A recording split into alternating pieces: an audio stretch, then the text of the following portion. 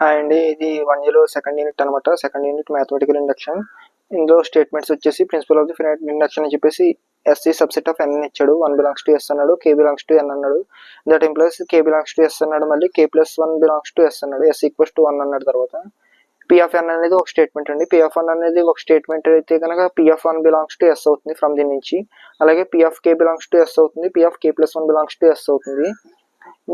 తర్వాత principle of the complete induction అన్నాడు. P of 1 belongs to S అన్నాడు. తర్వాత that implies P of K belongs to S అన్నాడు. That implies అంటే ఇక్కడ P of K equals to P of 1 and so on P of K వరకు అన్నాడు. That is belongs to S అన్నాడు. ఇక్కడ here also P of N ఇదే statement అయితే P of K plus 1 belongs to S అవుతుంది. That modified statement అని చెప్పేసి modified induction method అని చెప్పేసి మళ్ళీ పీ ఆఫ్ ఎన్ నాట్ అని అన్నాడు. N naught belongs to S అన్నాడు. ఈ ఎన్ నాట్ అంటే ఏం లేదండి, ఎన్ నాట్ అంటే 1.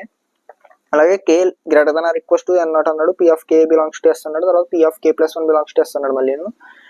Then when P of N statement is true అయితే అంటే మనకి ఈ కండిషన్స్ తో ప్రూవ్ చేస్తుందండి. For all N belongs to N greater than or equals to N not అవుతుంది. ఎన్ నాట్ అంటే మీకు చెప్పాను కదా 1 అని.